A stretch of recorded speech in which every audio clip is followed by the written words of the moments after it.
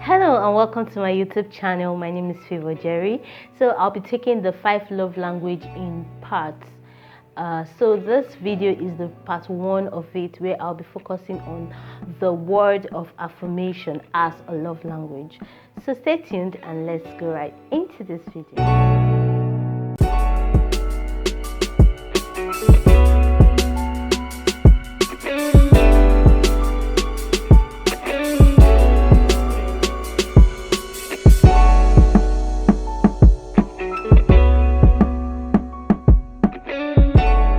Love is a beautiful thing and everyone deserves to be loved.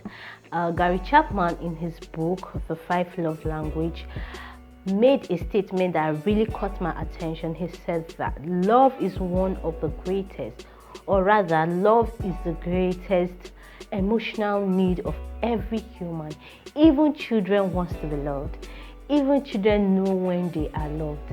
They know when love is being expressed to them. Everyone deserves love and wants to be loved. I've never come across anybody who is comfortable with being hated or not being loved. Possible you've tried all you could. You've tried all humanly possible to make your partner feel loved, but he or she isn't feeling loved. Could it be that you aren't speaking their love language? Now, if you speak a language that I don't understand, to me, I'll definitely not respond to you because I don't know what you're talking about, because it isn't my language, or rather I haven't learned that language. So every individual, including your partner, has their primary love language, and until you speak the accurate, the specific love language of your partner, he or she will remain or will continue to feel unloved. Couples must learn to affirm each other with words. Word of affirmation as a love language is very important, especially when it is your partner's love language. So the very first one under the words of affirmation I'll be talking about is giving verbal compliment, giving words of appreciation. Now, your partner, after dressing, and he or she is just walking around you, and is expecting you to say something.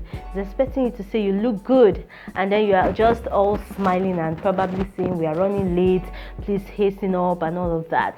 Simple words of you're looking good might make your partner's whole day. So rather than focusing on what your partner haven't done or isn't doing right, because I always say that nobody is perfect. Your partner has his or her weaknesses, things that he or she does that you don't like. Definitely there's no perfect person out there. So rather than focusing on that particular thing your partner does always which you don't like, why not focus on that which he or she does that you like? For example, you wanted your partner to subscribe the TV channels that you watch, but your partner went ahead to pay the electrical bills. Rather than nagging about it, why not appreciate him or her for the one he or she has done? If you are not comfortable with a meal that your partner made, why not appreciate him or her for that particular one at that time before presenting or making a request of the one you want? Why not appreciate their effort on what you feel they shouldn't have done first before talking about the one, if you must talk about it at all, but preferably you can ignore or prevent talking about the other part. Giving verbal compliment is really important in speaking the love language, which is the word of affirmation, especially when your partner's primary love language is the word of affirmation. So number 2, I'll say you should also give encouraging words. Encouraging words are very important. Everyone wants to be encouraged. We all have areas of our life where we don't feel confident at. So giving words of encouragement inspires courage and confidence in your partner.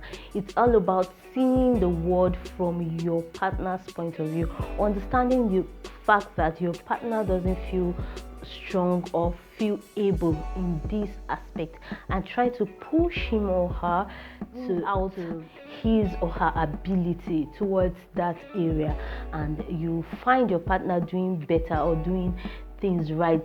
Seeing you come to your partner's point of view, you view the world in your partner's own viewpoint, and you encourage your partner to do better, to do more. You can only encourage someone to do what he or she had earlier wanted to do. Pushing your partner to do what he or she doesn't want to do is not encouragement. Encouragement is seeing the fact that your partner wants to do this thing, just he or she doesn't feel able or feel capable. Then you come to the position of trying to inspire courage in them to do that particular thing. That is when encouraging words matters. When your partner is willing to do that, just that he or she doesn't feel able to, then you inspire the courage in them to do it, inspiring courage in them to do better and to do more. So words of encouragement is also found under the word of affirmation. I'll also talk about kind words. Now, love is kind. So if your words are presented with bitterness, with anger, with strife and all, then that isn't love, right? Even when you are angry, to communicate love effectively, to communicate to your partner in a way that he or she still knows that you love them, is speaking with kind words even when you are angry. You can present your case or your grievances to your partner using kind words. The manner of communication is a lot, and it will either aggravate or also stir up the anger in your partner, and then at the end of the day, the two of you are angry, and the other person is talking, the other person is also talking, and nobody is hearing the other person. You're not hearing each other, you're not hearing you're not listening to what your partner is saying, and all of that. So the manner at which you present your words matters a lot. The manner at which you put your words to your partner matters a lot. So using kind words could also communicate love. I'll talk about using humble words. Okay, you can make requests and you can also make demands. When you begin to make demands of your partner, you are already treating your partner as a child. So you that place a request rather than making demands. So humble words are really important. Rather than get me dinner, say, could I have my dinner now? Using humble words. Doesn't matter the age bracket, as long as you're in partnership. You should respect is reciprocal. You should respect your partner, and rather than treating him or her as a child, you treat him or her as a partner who is who you are in a business.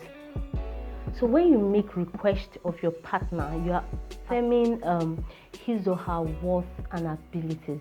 But when you make demands, you are putting down your partner, which is completely wrong. Even if it is your right as a husband or as a wife, using humble words to place the request rather than making demands is still very important. In this video, I talked about the word of affirmation, and under the word of affirmation, I broke it down into 4, where I talk giving verbal compliments, I talk about using encouraging words, I also talk about using kind words and using humble words.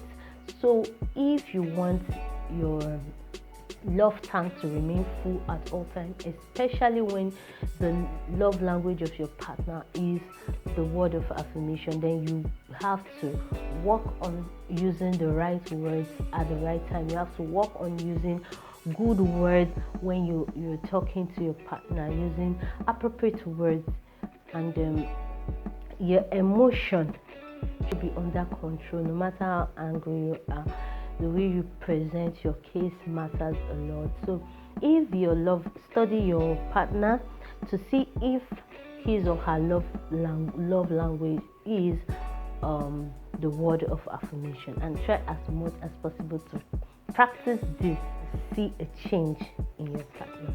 Thank you so much for watching. Stay tuned for the other parts. Make sure you subscribe, like, and share. I love you. Bye.